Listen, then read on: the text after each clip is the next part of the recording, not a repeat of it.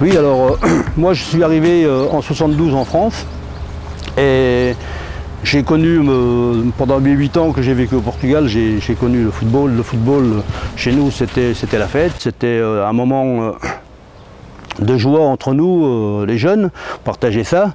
Et on avait aussi la musique portugaise traditionnelle, le fado, le folklore. Bon, j'ai dansé un peu au folklore aussi quand j'étais jeune, mais le fado c'était une musique qui encore aujourd'hui se pratique même dans les universités.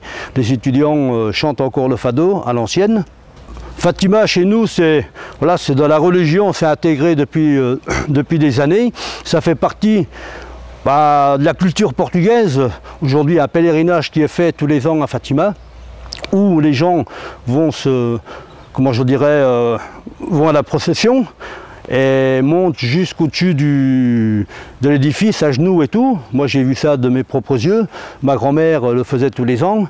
C'est quelque chose qui est intégré chez nous, ça fait partie de la culture portugaise. J'y ai laissé beaucoup d'amis d'enfance, de la famille, et quand on y retourne, oui, surtout quand on va sur Porto.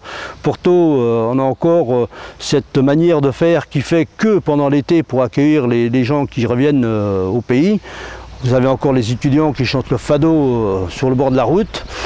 On retrouve ce qu'on appelle le football de rue, où les jeunes faisaient comme nous dans les années 70, dans les petits terrains, s'approprient un petit peu des petits terrains vagues et jouent au football entre eux. Oh, c'est beau! Ah oui! On va avoir encore ces monuments religieux comme Fatima ou d'autres, où on essaye de s'imprégner encore de la culture qu'on avait nous dans les années 72 et qu'aujourd'hui malheureusement en France on ne retrouve pas. Je me ressource un peu au Portugal quand j'y retourne, donc j'essaye de retrouver tout ce que j'avais perdu en 72, quoi.